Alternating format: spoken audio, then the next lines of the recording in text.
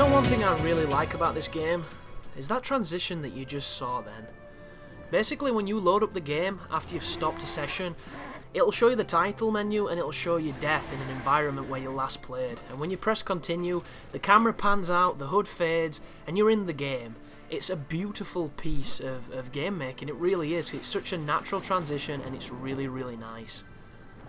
But I'm Severin from 17, this is my Darksiders 2 video walkthrough on Apocalyptic difficulty, and we're about to enter the Foundry. That's not really my conventional intro, but it doesn't matter because there's going to be a lot of videos for this guide, and you're going to be hearing a lot of my voice, so if you don't like it, switch off now. Unfortunately though, there's not too much strategy to speak about in this game, mainly because it's exceptionally simple. A lot of the puzzles that you're going to be seeing, you'll see me solve them, you'll see the ways to solve them. A lot of them are simple, some of them are complicated. More of it is traversal than anything. The combat, unless it's one of those arena fights where there's a bunch of enemies that can actually hurt you, or a couple of mobs that are susceptibly, you know, more difficult than they look, which is the complete wrong word I wanted to use. I wanted to say deceptively, but for some reason I got the s in there. But aside from that, it's really not that difficult. It's very similar to the first game in difficulty, if you ever played that. And this is me trying to skip a cutscene. As you can tell, I have the patience of a saint. But I mentioned on the last video that I was going to talk Prometheus, and that's exactly what I'm going to do, because it's been a long time coming. I've finally seen it. It's fresh in my memory, although I should have probably talked about it a couple of days back. But yeah, if you've not seen Prometheus, please turn off now. So for anybody that doesn't know, Ridley Scott was going to make a prequel to Alien. One of the most influential films I've ever seen. The original Aliens trilogy, and, you know, unfortunately the fourth movie, which I fucking hated. I watched those films when I was extremely young, when I was extremely, you know, impressionable. That's a pretty boss move there, falling off the edge. Love it, love everything about it. And that's one of the most beautiful things about watching anything when you're younger. Because you're such a sponge and you absorb these influences and these elements, it can really shape your character. And it's these kind of movies that I watched when I was younger that have made me as creative as I am today, because I loved them. I used to draw, you know, my own versions of them. I used to pretend and play as the people in them and stuff, and make up my own stories and all that kind of good stuff that you do when you're a kid, or what kids used to do before everything was electronic. And instead of, you know, drawing and playing outside and playing fucking board games, now everybody's got a fucking BlackBerry. But I'm not even going into the bullshit that is modern technology and the next generation of children that are being fucking brought up on Facebook. But like, the early Aliens films, I mean, I love them, and don't get me wrong, when you go back and you watch them, some of them don't age too well. Like the first Alien film, as much as I really respect it, I do think that it has some pacing issues. It also has a handful of niggles that are more personal than anything else, but I cannot deny that it is a masterpiece because the filmmaking is exceptional. Moving on to Prometheus though, I wanted to keep the most open mind I could when I watched this film. And it's difficult to do that because not only do I have a director that I love and respect and admire, but I also have a film series that, you know, is a very important part of my childhood. And this is going to be either, you know, linking these series together or explaining a bit more about the fiction of this universe. And I did later on find out that this film was originally intended to be a prequel, but then it kind of moved off into its own thing, and there would be a lot of references to, you know, the other movies, but not necessarily intrinsically linked. And for the most, I think the film does a good job of being its own thing, but it is so swathed in homage that it can be difficult to see it as its own work. And I'm going to be immediately blunt, it's not even a word, immediately blunt with you here, folks. I didn't like it. I think it's a good film. I think it's a decent film, you know. Technically, the film is fine. From an average, you know, cinema viewer's perspective, it's probably very enjoyable. But coming from, you know, my extremely twisted sensibilities and personality, I didn't like it.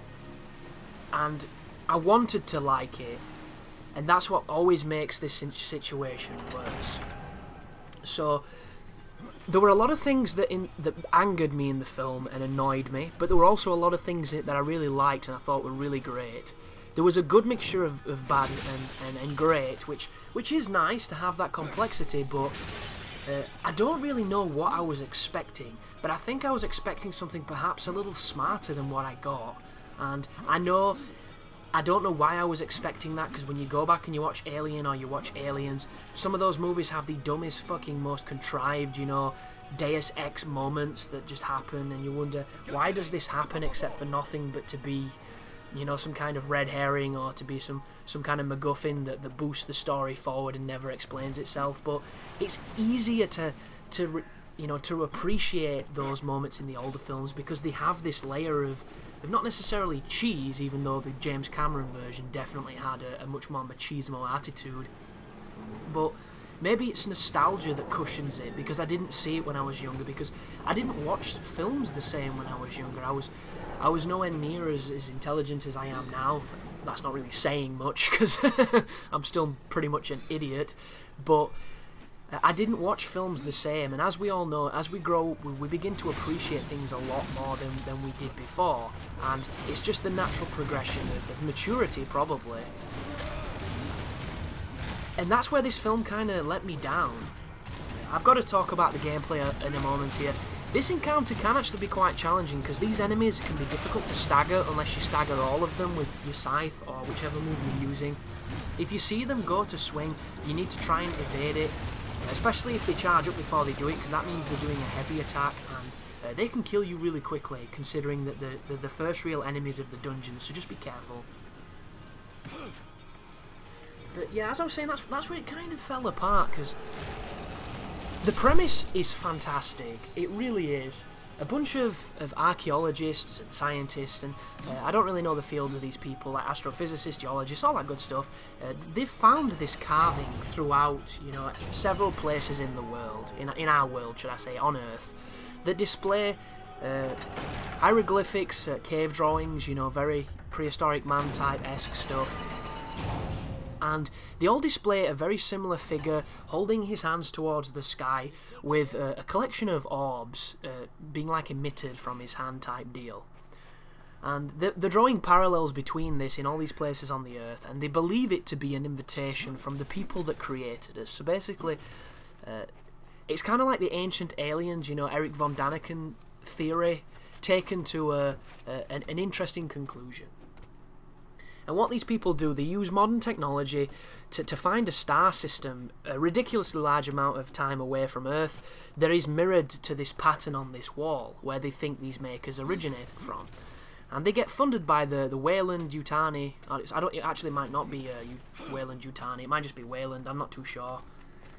Who's played by Guy Pearce, of all people, which is a fucking awesome cameo. He does a fantastic job, but the entire time I couldn't help but stare at him and see him for exactly what he was, which was a much younger person playing an old man and shaking like a shitting dog for the sake of, kind of hamming up the fact that he was old, which was great, but it's difficult to unsee something. So if you recognise an actor in makeup, it can sometimes take you out of the film because you can't help but see an actor in makeup, which is not the film's fault, that's my fault because I'm a bit of a film buff.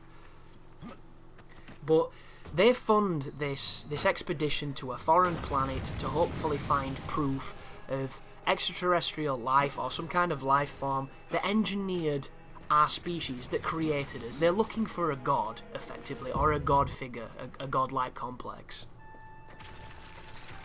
And they get a bunch of different scientists, they get an entire crew of people, all skilled in different areas, to go to this planet to investigate this source. And this is a film that is, I think it was 2 hours long, and it should have been 4 hours long, or it should have been 2 hours of extremely well-placed exposition.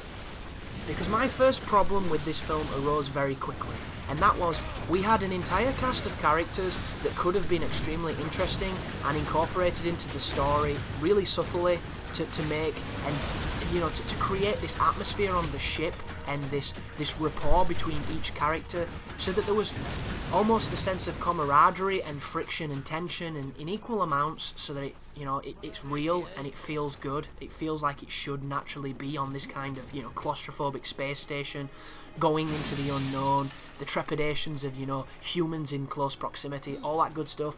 And instead, we get perhaps a 10-minute montage of Michael Fassbender, who, don't get me wrong, Fassbender is amazing in this film, and the montage itself is great to show you just the isolation of stasis and space sleep, and I think it was really, really good. But it's one of those parts where they take so long showing you this concept that these people are in deep space, and, you know, there is nothing here except each other and this destination that they don't know exactly what it's going to be like.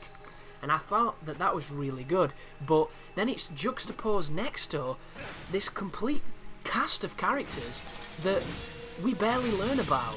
We literally know nothing about them, and within the space of 20 minutes they're already being killed off, and we have absolutely no emotional resonance with them because we don't know who the fuck they are.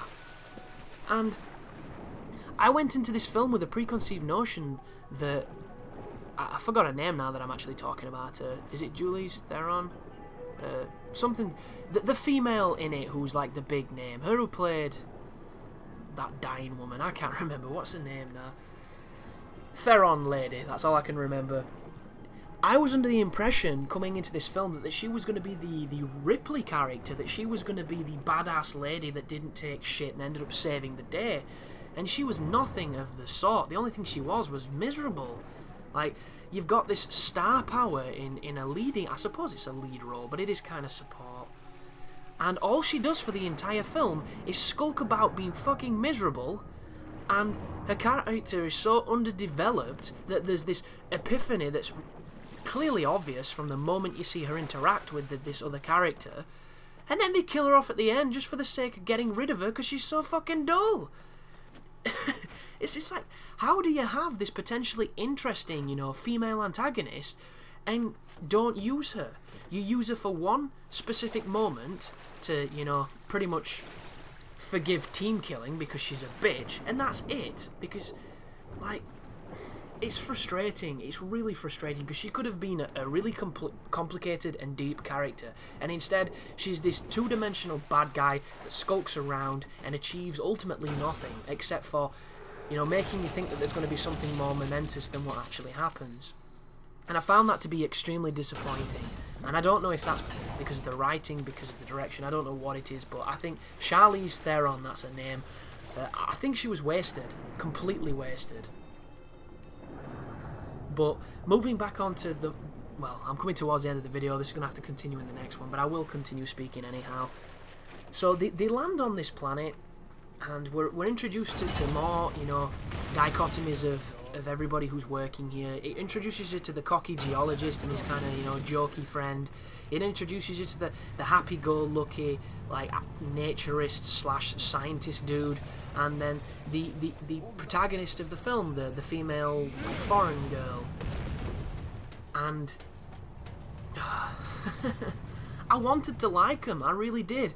But the boyfriend just comes across as being obnoxious, because for a scientist, he's pretty fucking eager to take his helmet off on a foreign planet that he does not know could contain some kind of, you know, pathogen or infection, or it might not even be real oxygen, it just might be a malfunction of a scanner, it might be some kind of molecule, foreign or alien, that somehow convinces people that it's oxygen, and he takes his helmet off and he immediately dies. But because he's a scientist and he's cavalier, he takes his helmet off and everything's okay, because they're creating an artificial atmosphere. And yeah, more musings to come. But thanks for watching, guys, and you take care now.